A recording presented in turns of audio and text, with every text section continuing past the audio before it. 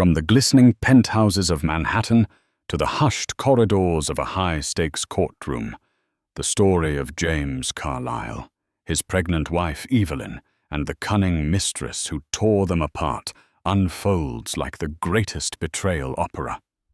What starts as a blissful marriage, sealed by love and buoyed by millions in wealth, takes a shocking turn when seduction, ambition, and greed collide. The mistress doesn't just steal a husband, she triggers a legal showdown that threatens to ruin everything. But in an extraordinary twist, Evelyn arrives in court with a billionaire backer determined to rewrite the ending.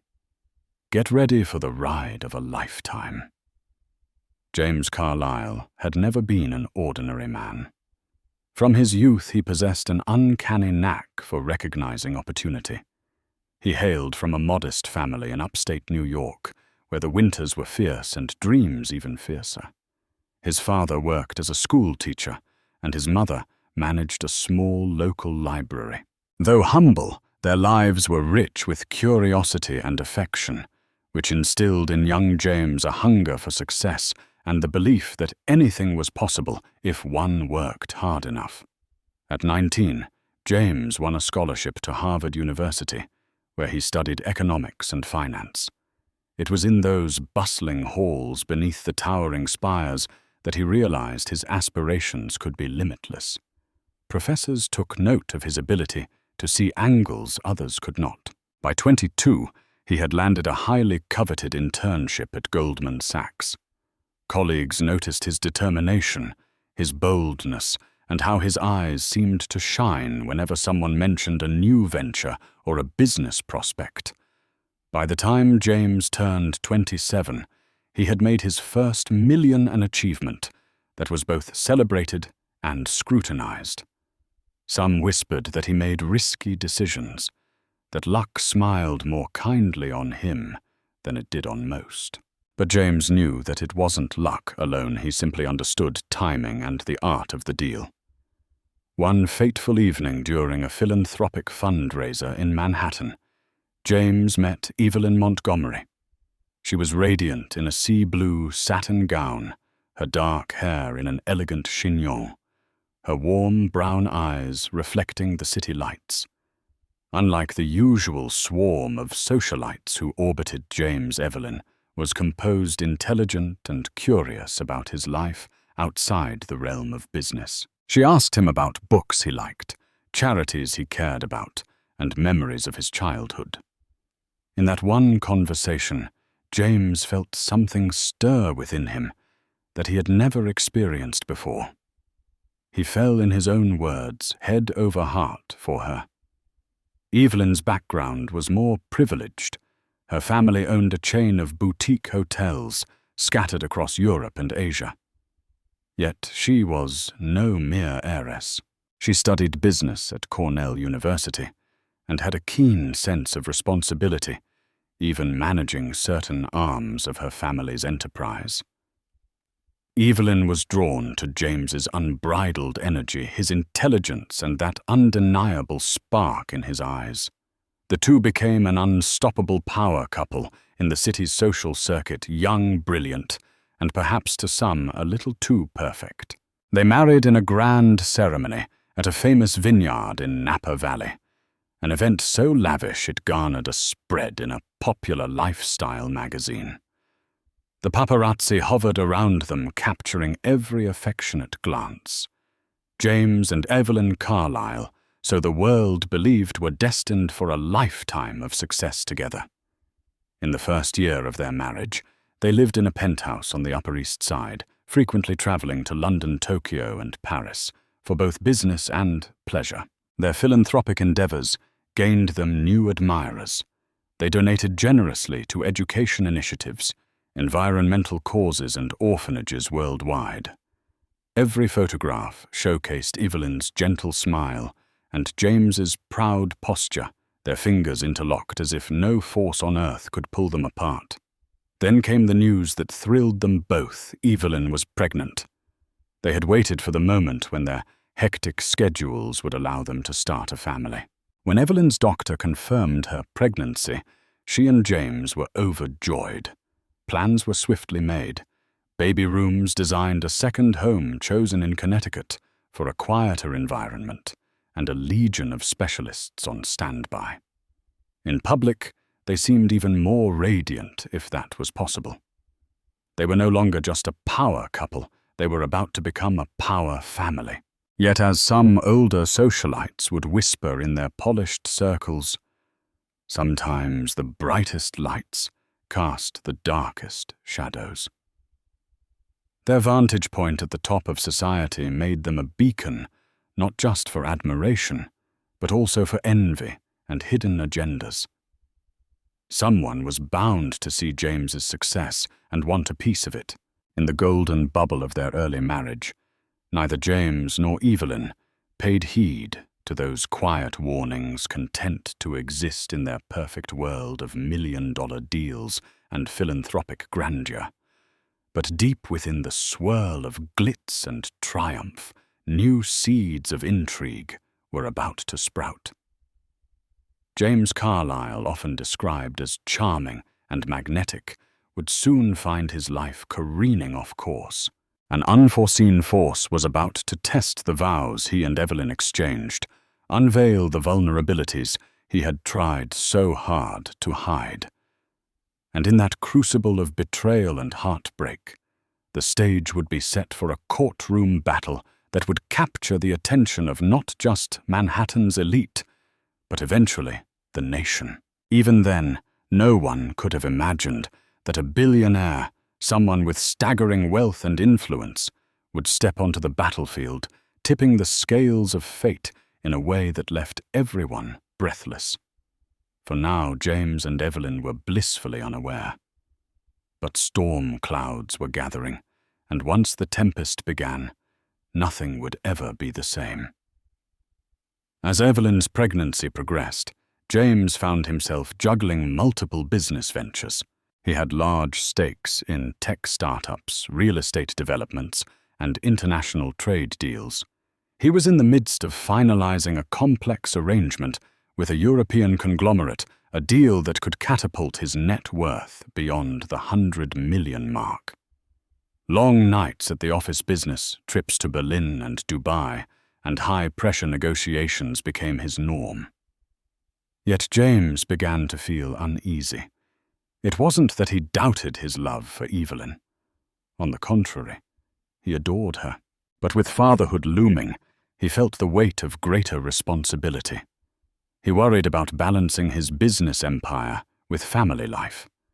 Even with all his wealth, success demanded constant vigilance, a relentless push to stay ahead of the competition. Late-night dinners in austere boardrooms became common. Over time, James began noticing that a particular junior executive, Veronica Aldridge, was always present in these meetings. Veronica was a recent hire recommended by a friend of a friend. She boasted an MBA from Stanford, but more importantly, a reputation for being fiercely ambitious. She was sharp-witted, confident, and seemed to delight in complex deal-making. Initially, their interactions were purely professional. Veronica showed an uncanny knack for anticipating questions from potential investors and for drafting airtight contracts. She quickly gained James's trust. Their conversations started focusing less on work and more on personal anecdotes. James found it strangely comforting to talk to someone who seemed to understand the challenges he faced, trying to exceed the expectations placed on him by a world used to praising his every success.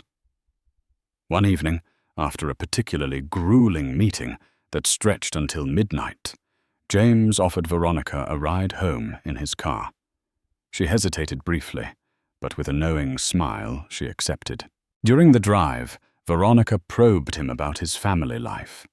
He was proud to mention Evelyn's pregnancy, his excitement about fatherhood, and his general sense of anxious anticipation. She listened intently, her eyes never leaving his. Her comments were supportive, even admiring, but occasionally laced with hints of her own frustrations about how hard it was for a single woman in finance to find genuine connections. Days turned into weeks, and the professional boundary between James and Veronica slowly eroded. He started confiding in her about financial challenges, about disagreements with his board, about the stress of building a new life for a child. She in turn opened up about her lonely nights in the city, her lack of time to meet anyone outside the cutthroat world of finance. They began to spend more time together. Lunches, late-night strategy sessions, and eventually weekend trips labeled as business retreats. The subtle flirtations, the lingering eye contact, James rationalized it as harmless. But there was an electricity in the air each time they were alone. A tension that he found thrilling and terrifying in equal measure. Meanwhile, Evelyn, nearing her 6th month of pregnancy, grew more radiant. She still believed wholeheartedly in James, her husband, who had always been honest and hard-working. She had no reason to suspect that the foundation of their perfect life was beginning to crack. One pivotal night marked the turning point. James and Veronica had sealed a huge deal with a wealthy European investor, securing a contract worth millions of dollars. In a surge of excitement, they celebrated at a 5-star hotel lounge. Champagne flowed, and the subdued lighting cast shadows that felt both intimate and conspiratorial. Veronica's compliments turned increasingly personal, her touch more frequent. She looked into James's eyes and murmured how incredible his mind was, how admirable his drive and vision were. Unable to resist the moment's intoxication, both emotional and literal, James allowed the invisible barrier separating them to shatter. That night, James did not return to the penthouse. He woke up in a luxury suite the next morning. Hazy memories swirling about what had transpired. Veronica lay next to him, her eyes gleaming with a triumph he couldn't fully comprehend.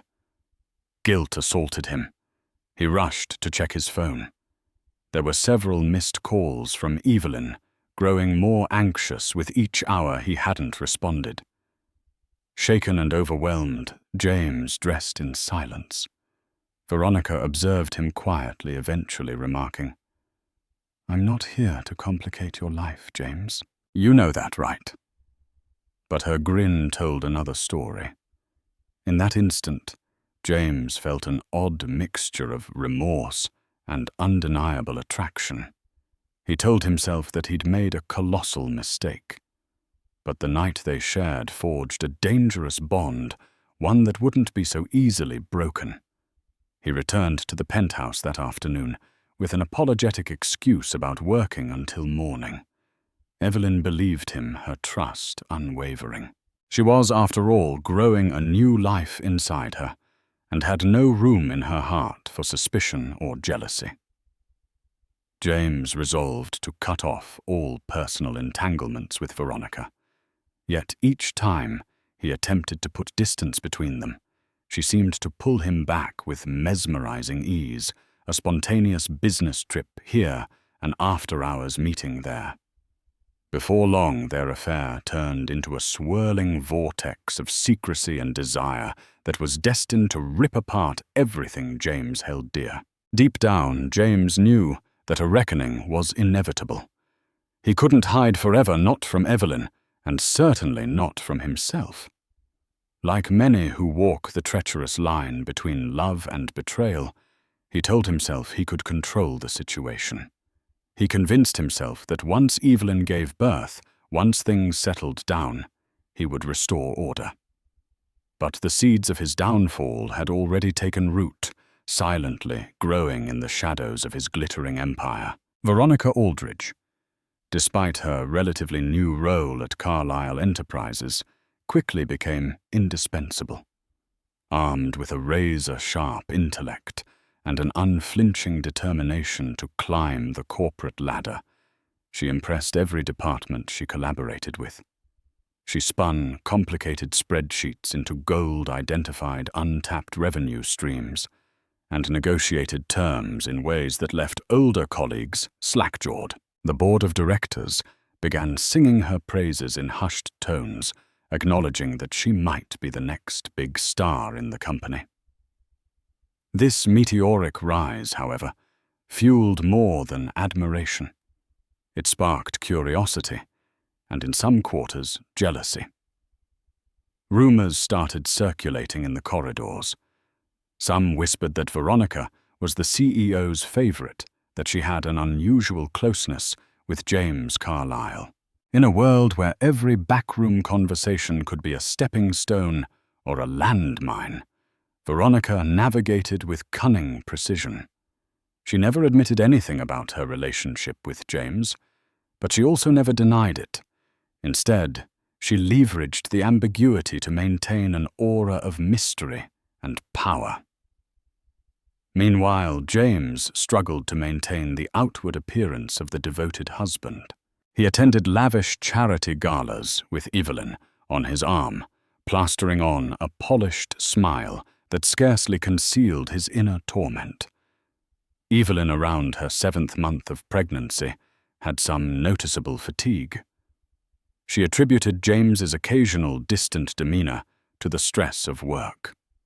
Her own obligations managing her part of the family business and monitoring her pregnancy left her less time to dissect his every move. It was during one such gala, a high-profile event at the Metropolitan Museum of Art, that Veronica stepped forward on the grand stage.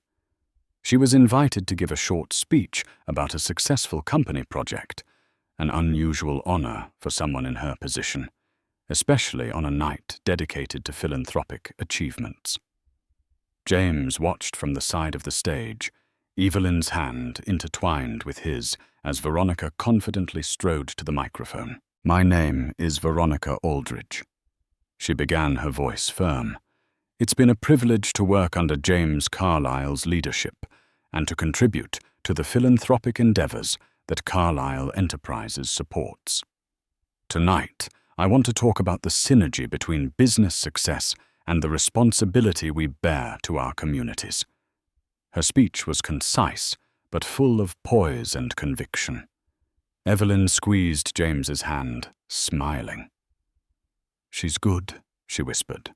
James forced a nod, a swirl of dread pooling in his stomach. Even from across the room, the subtle knowing look Veronica gave him made his heart pound in his chest. When the presentation ended, Veronica received polite applause. She descended from the stage, and James found it impossible to meet her gaze head-on. He excused himself, telling Evelyn he needed to speak with the event coordinator. Instead, he slipped out to a nearby corridor, trying to still the chaos in his mind. Moments later, Veronica approached her heels, clicking on the marble floor in a slow, deliberate rhythm. "James." She greeted him, a teasing smile curling her lips. "Hiding from me." "I needed a moment," he replied, glancing around to ensure they were alone. "Veronica, this can't continue. Evelyn's due date is approaching and I can't do this." She placed a hand on his chest, feeling the quick thump of his heartbeat. "You say that every time," she murmured. "And every time you come back." James tried to protest, to muster the willpower he knew was waning. Veronica's hand lingered, stroking the lapel of his tuxedo. Her closeness, her breath warm against his cheek, unraveled the fragile threads of his resolve. If anyone had passed by at that moment, it would have been a scandal. Yet James felt powerless to move away. He wanted to be free of the guilt, but he was ensnared in a trap carefully laid by someone who knew precisely how to manipulate him. Days later, rumors of an affair reached the ears of the Carlisle Board of Directors, though not in the form of definitive proof. A small group of senior executives grew nervous. They valued James's brilliance, but they feared a scandal could sink the company's stocks or invite unwanted public scrutiny.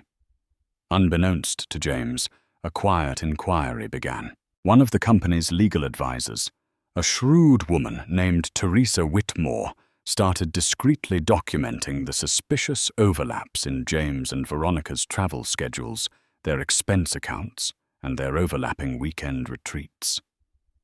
The day Evelyn stumbled upon a cryptic text on James's phone was the day the facade came crashing down. Exhausted from another doctor's appointment, she had gently picked up James's phone to silence it while he was in the shower. A message from Veronica appeared on the screen. "I miss your touch. When can we talk?" In that instant, Evelyn's world tilted on its axis. She felt her heart hammering against her ribs as she stared at the phone numb. Somewhere in her mind, she tried to rationalize it. Maybe it was just a misunderstanding. Maybe touch was some bizarre metaphor. But her intuition told her otherwise. When James emerged from the shower, he saw Evelyn in the bedroom, clutching his phone. As tears welled in her eyes, he froze.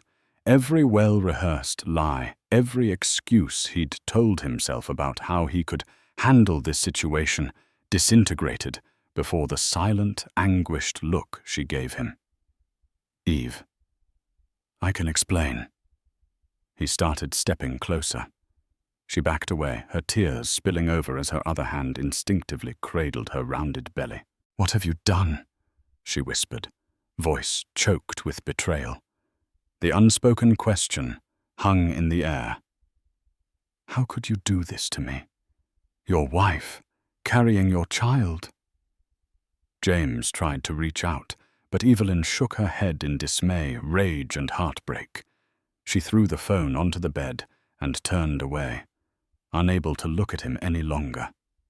In that moment, James realized that no apology, no quick fix could erase the raw pain he had inflicted on the woman he promised to cherish. The cost of his infidelity was etched into every sob that escaped Evelyn's lips. Standing at that precipice, James could sense the empire he'd built teetering as if a single gust of wind could bring everything crashing down. And the person who might deliver that final gust, Veronica, who clearly wasn't content with staying in the shadows any longer. Evelyn's shock and grief quickly hardened into resolute anger. She retreated to her family's estate in Connecticut, leaving James alone in their Manhattan penthouse. Though he tried calling, texting, and even sending flowers, Evelyn refused to see him. She needed space to think about her unborn child, about the marriage she thought had been invincible, and about the future she now had to face without blind trust in the man she loved. In her distress, Evelyn confided in her close friend Natalie Price, a prominent corporate attorney, known for her unyielding resolve in the courtroom. Natalie urged Evelyn to protect herself and her child. "You have to assume the worst," Natalie said solemnly, as they sat in the estate's sunroom, warmed by afternoon light. "James might be the father of your baby, but he's betrayed you. You need to ensure you have a plan financially, legally, emotionally." Evelyn was reluctant to consider a divorce. She was a woman who believed in second chances, but the magnitude of James's betrayal was crushing. She hired Natalie's law firm, primarily to ensure her child's security, though she stopped short of filing any papers. A swirl of emotions plagued her heartbreak: humiliation, anger, and a lingering, confusing love. Through restless nights, she pondered whether James could be forgiven, or if some lines once crossed were irreparable. Back in New York City, James found himself on precarious ground. His board of directors confronted him with rumors, allegations, and concerns that Veronica's presence might create a scandal. While no one yet had conclusive evidence, the board advised James to maintain the utmost discretion or risk losing investor confidence. James, racked with guilt, listened to their warnings numbly. He considered firing Veronica, but realized that doing so might unleash her wrath. She knew too much, not just about his personal life, but about critical details of Carlisle Enterprises' finances. Veronica, for her part, was far from remorseful. She relished the power she held over James. Whenever he tried to distance himself, she would drop subtle hints intimating that she had proof of their affair, that she might go public if he abandoned her or tried to ruin her career. Their relationship morphed into a twick cycle of manipulation. Veronica wielded the promise of revealing texts, photos, and even rumored videos, though James was uncertain if they existed. Each threat tightened her grip on him. Meanwhile, Evelyn felt the life within her grow more active, the baby's kicks reminding her daily of the high stakes at play. She sought solace in her mother, Marianne Montgomery, who had once navigated her own difficult marriage. Marianne, who had known James for years, was torn between sorrow and fury at him. She pressed Evelyn to consider every angle. Think of your child's future. James might have betrayed you, but your child deserves financial stability, deserves a father. Are you ready to cut him out completely? As the scandal roiled behind closed doors, the media began sniffing around. James's personal life had always attracted attention, but now odd whispers of trouble started appearing in tabloids. They ran short blurbs that read, "Is Manhattan's golden couple on the rocks?" Sources say yes. Paparazzi began staking out the penthouse, hoping for a dramatic confrontation. Evelyn, sheltered in Connecticut, escaped the public eye, but James was mercilessly photographed wherever he went, a haggard expression on his once confident face. Under mounting pressure, James tried one more time to mend fences with Evelyn. He drove out to the estate in Connecticut. She allowed him inside for the sake of their unborn child, but her demeanor was guarded, her arms crossed protectively over her pregnant belly. "I made a mistake," James said, his voice trembling with sincerity. "There's no excuse for what I did, but I need you to know I regret it more than anything in this world." Her eyes glistened with unshed tears. "Do you, or do you just regret that you got caught?" He hesitated. Honesty had always come naturally to James, but at that moment he realized that even the truth might not be enough. "Evelyn, I'm not going to lie to you anymore. I messed up. Veronica it wasn't just about the affair. She's threatened to expose so much. I didn't want to ruin us. I tried to keep it contained." Evelyn closed her eyes, inhaling shakily. The pain was still raw, as if her chest were hollowed out. "I'm considering filing for a separation," she admitted quietly, her gaze dropping to the hardwood floor. "Not because I want to break up our family, but because I need to protect myself and our child." James reached for her hand, relieved when she didn't yank it away. The fragile moment of connection gave him hope. "Let's work this out together. Please, let's try counseling. Anything. I'll do whatever it takes." Evelyn studied his face, searching for sincerity for the man she thought she knew. There was a flicker of something genuine in his eyes, but also fear. Whether that fear was about losing her or about the consequences of his own actions, she wasn't sure. Still, she was emotionally exhausted. She told him she would think about it, but made no promises. In the ensuing weeks, James and Evelyn began a tenuous process of talking things through, albeit from a distance. They exchanged calls and emails. Some nights they even spoke at length, their voices shaking with emotion, each trying to find a way back to the life they once shared. Yet behind James's hopeful words lurked Veronica. Determined not to be discarded, she continued to remind him of her power. The tension escalated to a point where James considered paying her off, but Veronica made it clear she didn't just want money. She wanted influence, possibly even a stake in Carlisle Enterprises, a seat at the table. It was a dangerous gambit, and James found himself cornered. He worried that any sudden move against Veronica could trigger a public scandal, an expensive lawsuit, or an expose in major newspapers. And if he caved in to her demands, how could he reconcile that with rebuilding trust with Evelyn?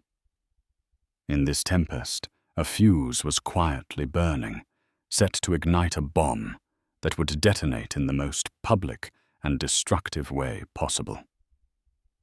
For Evelyn, the next twist would come far sooner than she expected, when she discovered that Veronica wasn't just a lover seeking satisfaction or revenge. She was a strategist with a grand plan, one that reached far beyond James's bed. And when the plan revealed itself, it would drag them all into a legal battle with no easy escape. Evelyn's due date drew near, but her life was anything but serene. Natalie Price, her attorney friend, had unearthed startling documents that indicated a siphoning of Carlisle Enterprises funds.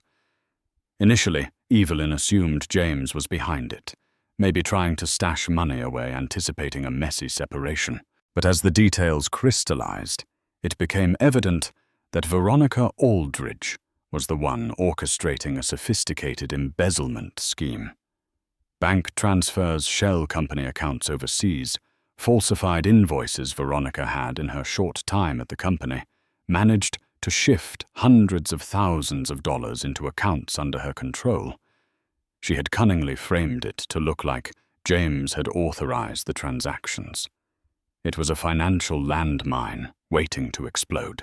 Appalled, Evelyn confronted James in a tense phone call. "Did you know Veronica's stealing from you?"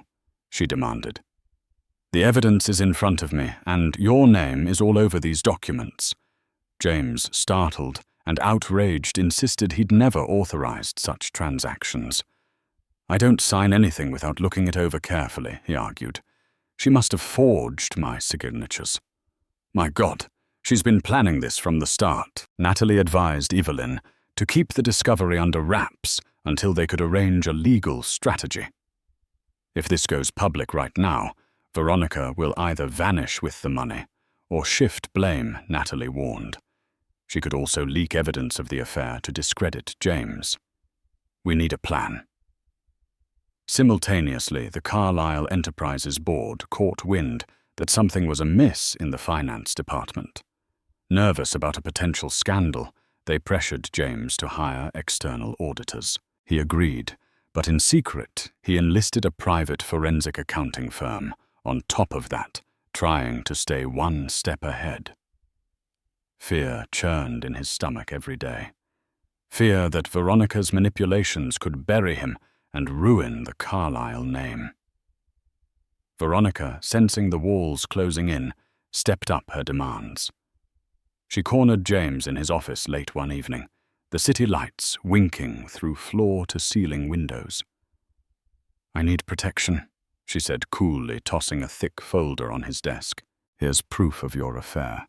Pictures, text messages, even a few voice recordings."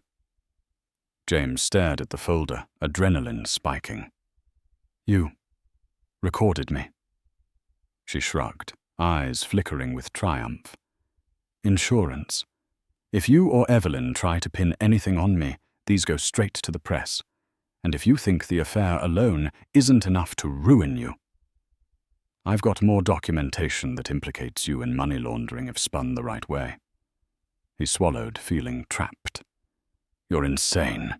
You want to blackmail me and run the company into the ground." A slow smile spread across Veronica's face. "Oh, James, I don't want to destroy the company. I want to be part of its future. Make me the CFO. Publicly, you'll tout my brilliance, my loyalty. I'll keep the big deals coming in. The moment I see you turning on me, I'll ruin you." James rubbed his temples, a migraine blossoming. He realized that Veronica's endgame was far larger than revenge. It was power.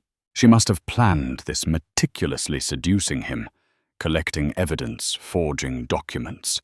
The brilliance he once admired had become his greatest nightmare. Stuck between a rock and a hard place, James made a desperate call to Evelyn. For once, she answered. He poured out Veronica's threat, the blackmail, everything. There was a poignant silence on the line before Evelyn replied, her voice tremulous but firm. "You brought this upon yourself, James.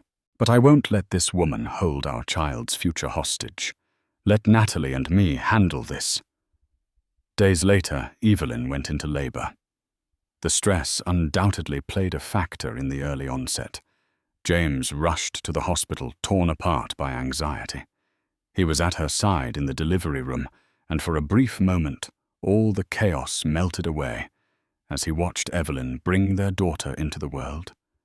Tears spilled from his eyes as he held that tiny, wriggling miracle, awed at her perfection. In those raw moments of new life, James experienced a surge of determination. He vowed he would protect his family, no matter the cost. Evelyn, exhausted, clung to their daughter, with a mixture of love and guardedness in her eyes. For the sake of the baby, she let James stay by her side. But she made no promises about the future of their marriage. Word of the baby's birth leaked to the media, generating a new wave of interest in the golden couple's rumored troubles. As paparazzi clamored outside the hospital, the Carlisle board insisted that James hold a press conference to affirm unity both in his family and the company. But the swirling undertow of scandal made any statement risky. The last thing they needed was Veronica, spurned and vengeful, calling a reporter to spill her side of the story. As if orchestrated by fate, Veronica made a bold public move. She filed a lawsuit against James Carlisle and Carlisle Enterprises, alleging wrongful termination. James had placed her on leave after discovering financial discrepancies and sexual harassment. To many, it reeked of a last-ditch attempt to spin the narrative in her favor.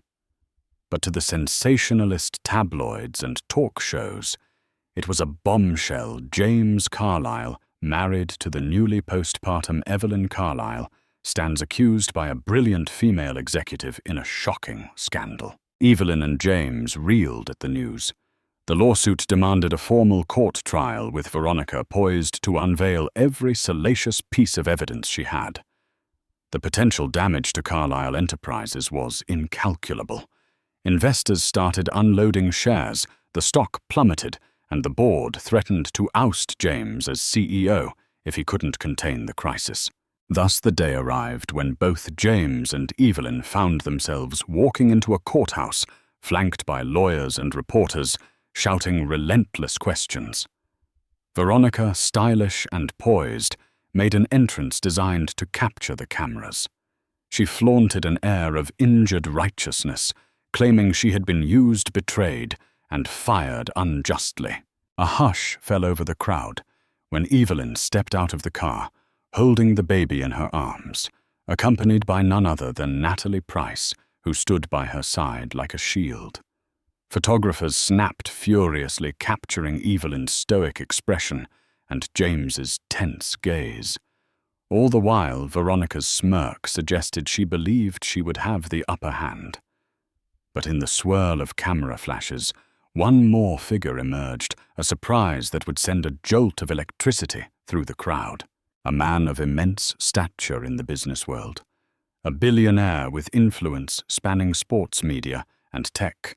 Mark Cuban approached Evelyn, offering a brief nod of support.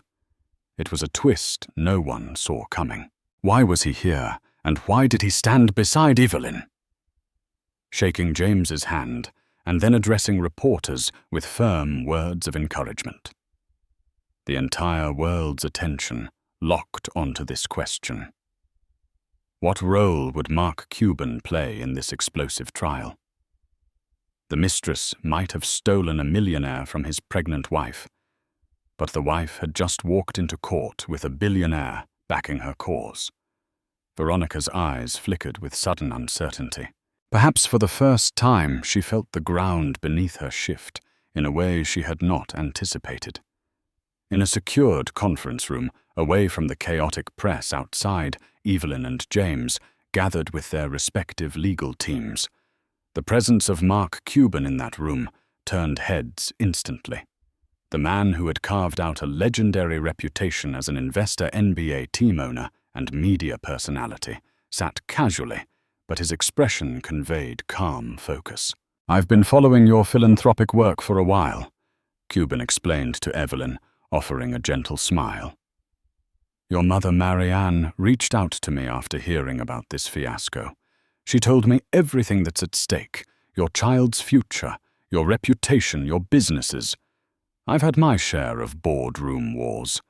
I'm not about to stand on the sidelines and watch a family get torn apart by blackmail." Evelyn gazed at him, still in disbelief that he was here speaking on her behalf. She recalled fleeting moments when their philanthropic circles had overlapped. Mark Cuban's involvement signaled not just financial clout, but formidable media influence. It was a lifeline in a storm that threatened to drown her. "Thank you," she managed, her voice thick with gratitude and lingering shock.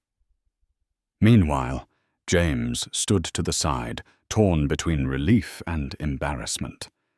He knew Evelyn's mother must have orchestrated this. Though grateful for any ally, he couldn't shake the sting to his pride that he, the once invincible businessman, needed someone else's rescue. Natalie Price cleared her throat. "Let's lay out our positions. Veronica Aldridge is accusing James of sexual harassment and wrongful termination.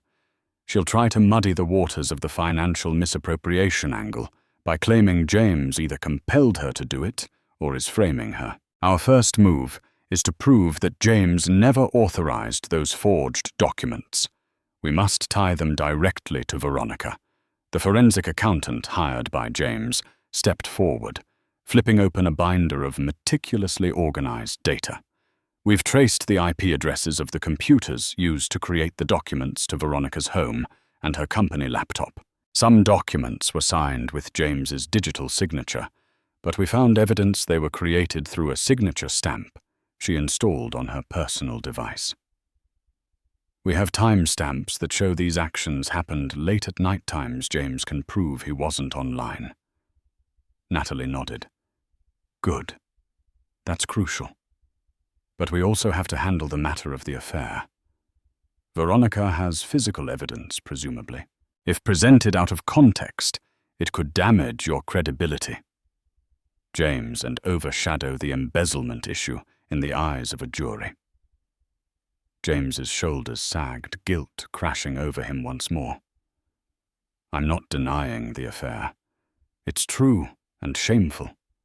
But I was never her harasser. She pursued me as much as I pursued her. It was consensual."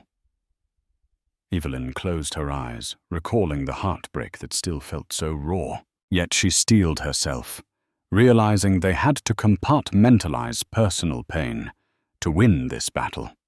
"We'll tackle it. Her sexual harassment claim hinges on a power differential. She'll claim you coerced her to stay silent by threatening her job, when in reality it's the opposite. She's leveraging blackmail." Mark Cuban chimed in. "We need to shape the narrative. I can help with damage control in the media, but this all has to be strategic. If we appear to be using my involvement to strong-arm her, it won't play well with the public. We have to show that Evelyn, and by extension James, are on the side of truth, accountability, and fairness." He paused, eyeing James intently. "I won't sugarcoat it, James. Your personal credibility is in tatters. The only way to regain any measure of public trust is through full transparency and genuine remorse. The second you look like you're whitewashing or lying, Veronica will pounce."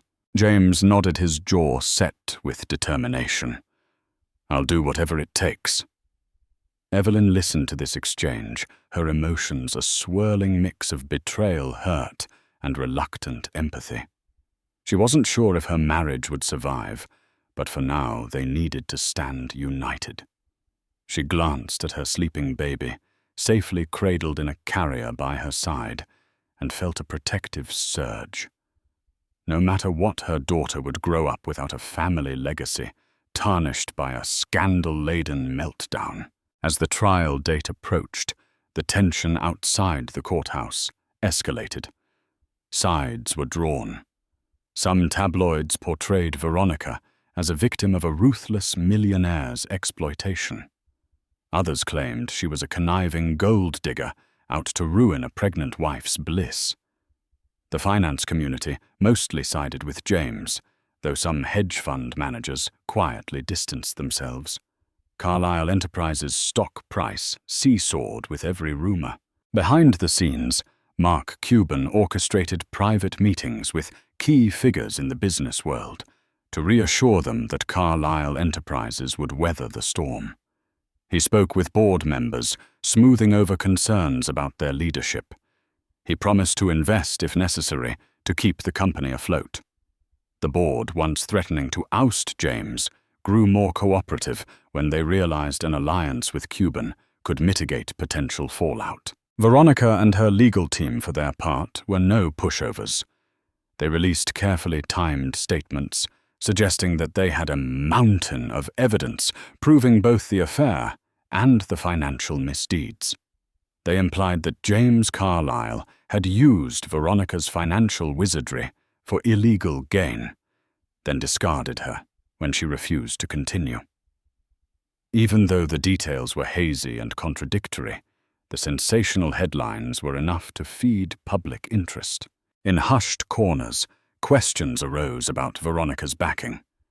She had expensive lawyers known for representing high-profile defendants, the kind who rarely lost. Journalists wondered whether she had attracted investors or benefactors of her own, who wanted to see Carlisle Enterprises humbled. If so, their motives were shrouded in secrecy. As the final week before the trial flew by, James and Evelyn found themselves working together more intensely than they had in months. Late nights, revisiting documents, consulting attorneys, and strategizing for court forced them into an uneasy partnership. On one such night, they found a moment alone, lingering by the large windows of their penthouse. The baby slept in a makeshift nursery down the hall, and the lights of Manhattan glittered below them. "I can't believe how we got here," Evelyn said, quietly, arms folded over her chest. "Everything was so beautiful once." James approached her, cautiously unsure if she'd tolerate his closeness. "I know it's my fault," he admitted. "I let my ego blind me." He paused, trying to find the right words. "I'll never forgive myself for what I did to us to you."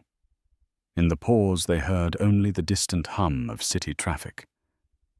"Let's win this trial," Evelyn murmured, her voice tinged with sorrow.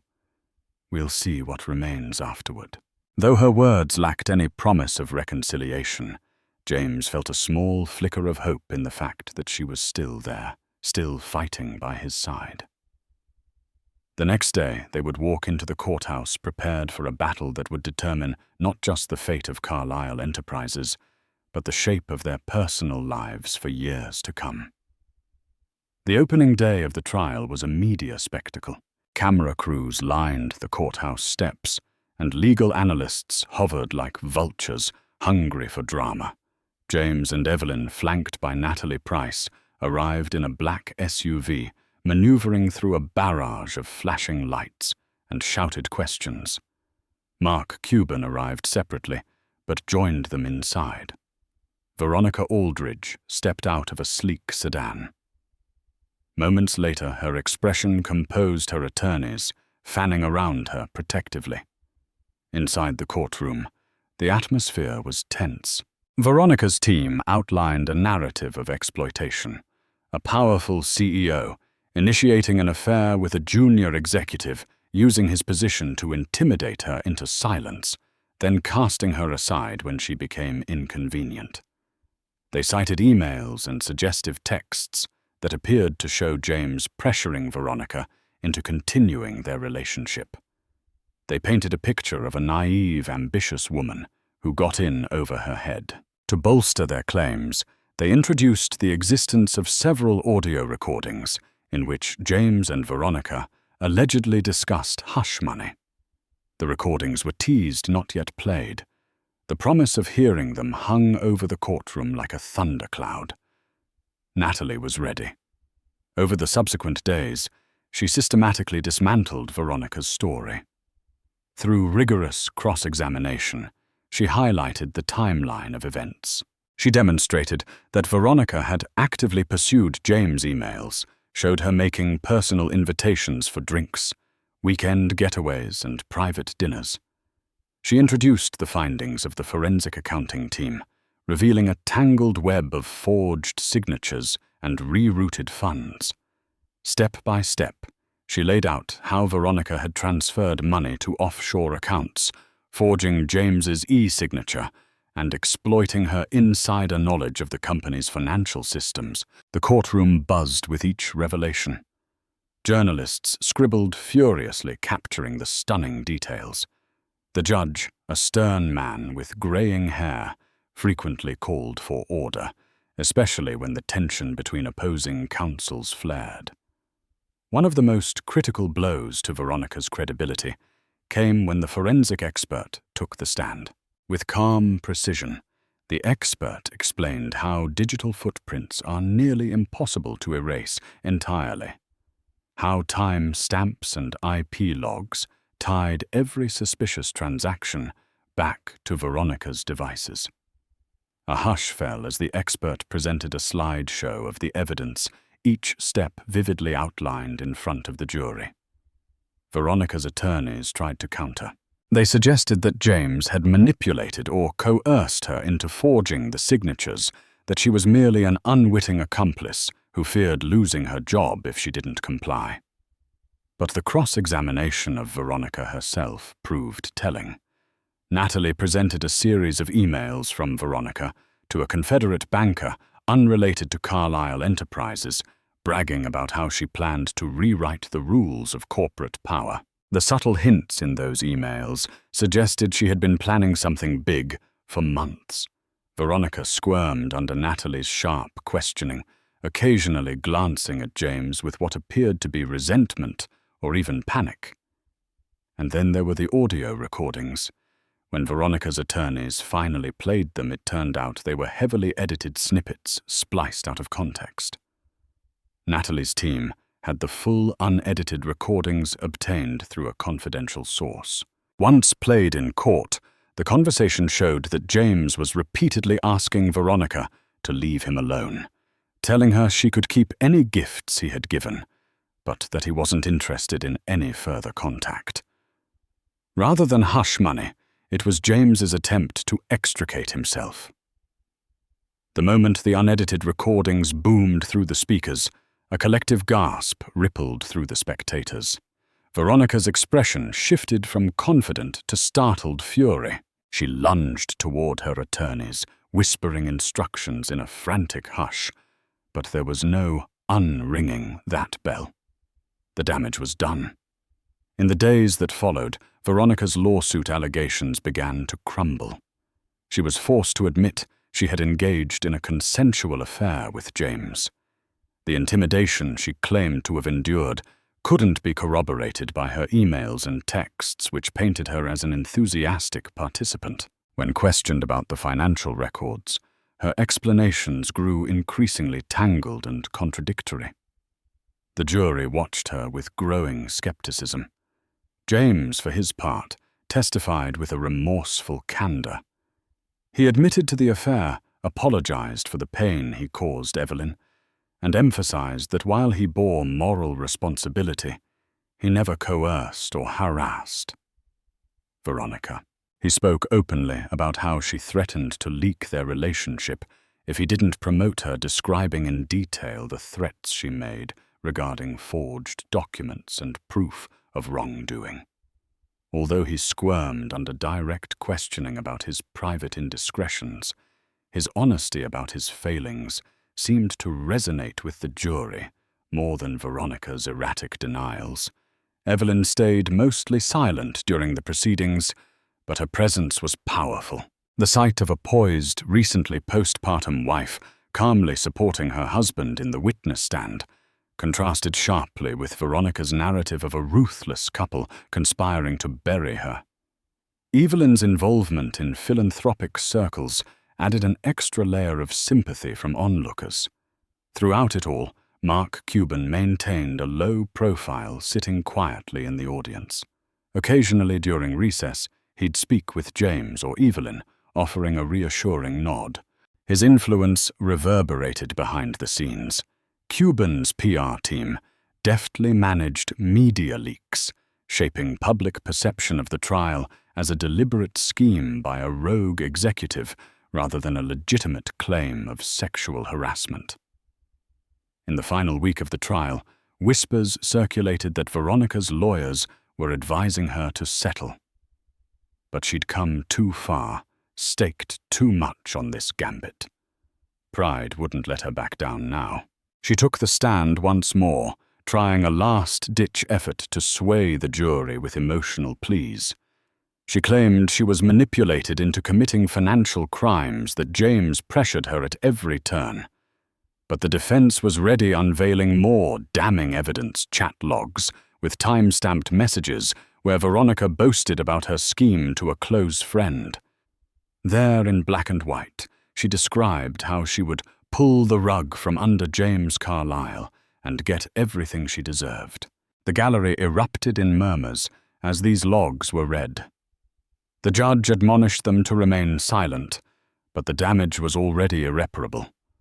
No amount of tears or excuses from Veronica could wash away the cold, calculated admissions in her own words. By the end of the evidence presentations, the scales of justice had tilted starkly against Veronica Aldridge. Even the most cynical spectators agreed that while James Carlisle was certainly no angel, he was not the puppet master of this fiasco. The puppet master had been sitting at the plaintiff's table the whole time, dressed in a crisp designer suit, with a carefully orchestrated plan that came undone under the relentless light of truth. The jury returned just after lunch. The courtroom buzzed with tension as reporters readied their feeds and cameras. Evelyn held her breath. James sat beside her, nerves etched in every line of his face. Judge Harding called the court to order. The jury foreperson stood. In the matter of Veronica Aldridge versus James Carlisle and Carlisle Enterprises, we find in favor of the defendants on all counts. We further recommend a criminal investigation into Ms. Aldridge's financial conduct. Gasps rippled through the room. Veronica's face went pale, her lawyers whispering frantically.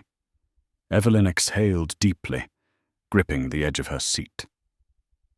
James slumped slightly in relief, running a hand through his hair. Judge Harding wasted no time. He ordered a follow-up hearing for the embezzlement charges, but for now the civil case was closed. Veronica would walk free for now, but her reputation was in shambles. Outside the courthouse swarmed with reporters. James stepped forward first. "I've made mistakes," he admitted, "but I'm grateful the truth came out. This has been a painful chapter. Now I want to focus on healing with my family."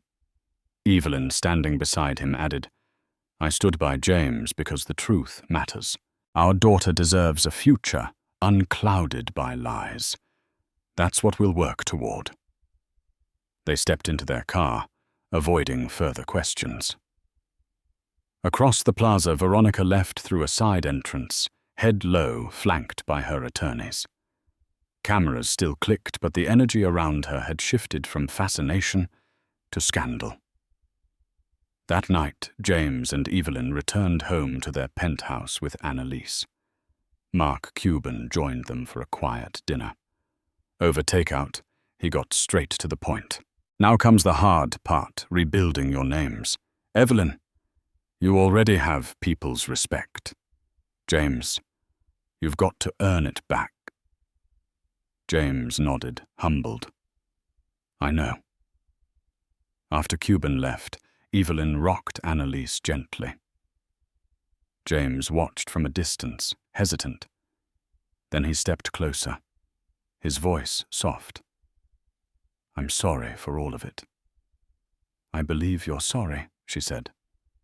But that doesn't fix everything. I'll take whatever time you need. I just want to do right by you and our daughter. Evelyn sighed, looking down at the baby. I can't forget the betrayal, but I also see what you've done to make it right. Maybe we can try. Slowly. James nodded, tears threatening. I'll be here. Every step. They stood together in the glow of city lights, not as the glamorous couple they once were, but as two people stripped of illusions trying to build something real from the ruins. In the months after the trial, James Carlisle began the arduous process of rebuilding both professionally and personally. With Mark Cuban's public backing, Carlisle Enterprises stabilized reassuring investors and calming media speculation. James paid restitution, ensured employee pensions remained untouched, and launched a new transparency initiative within the company. He also pledged part of his salary to workplace ethics and equality programs, a gesture aimed at restoring public trust. Evelyn, meanwhile, channeled her energy into philanthropy. She became a voice for women's health and support for single mothers, turning personal pain into purpose. While she avoided speaking about the betrayal in detail, her calm grace in interviews earned admiration. Her focus shifted toward healing others, especially those whose lives had been upended by betrayal, instability, or abuse. Personally, their marriage existed in limbo. Evelyn moved to her family's estate in Connecticut with baby Annalise. James visited regularly, sometimes staying over. They attended counseling, often tearful and confrontational. Still, they kept showing up each session a fragile step forward. Veronica's criminal case concluded swiftly. Faced with overwhelming evidence, she pleaded guilty to multiple counts of fraud and forgery. Sentenced to probation and community service, she became a cautionary tale in corporate circles, once brilliant, now disgraced. One crisp fall afternoon, James and Evelyn met at her family's lakeside cabin. Wrapped in coats and seated beside a fire pit, they watched Annalise wriggle in her blanket. James broke the silence. I've changed, he said quietly. I see what I risked losing, and I'm not the same man who made those mistakes. Evelyn didn't respond immediately. Her eyes stayed on the flames. I don't trust easily anymore, she said. But I've watched you try. Not just for show, but really try. That means something. They sat in silence, fingers brushing. It wasn't reconciliation, not yet. But it was a beginning.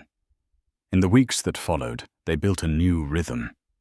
James commuted between Manhattan and Connecticut. Evelyn resumed her role in her family's hotel business and continued her charitable work. They hosted intimate dinners with close friends, small steps toward a sense of normalcy. When asked in a televised interview why she hadn't filed for divorce, Evelyn answered honestly.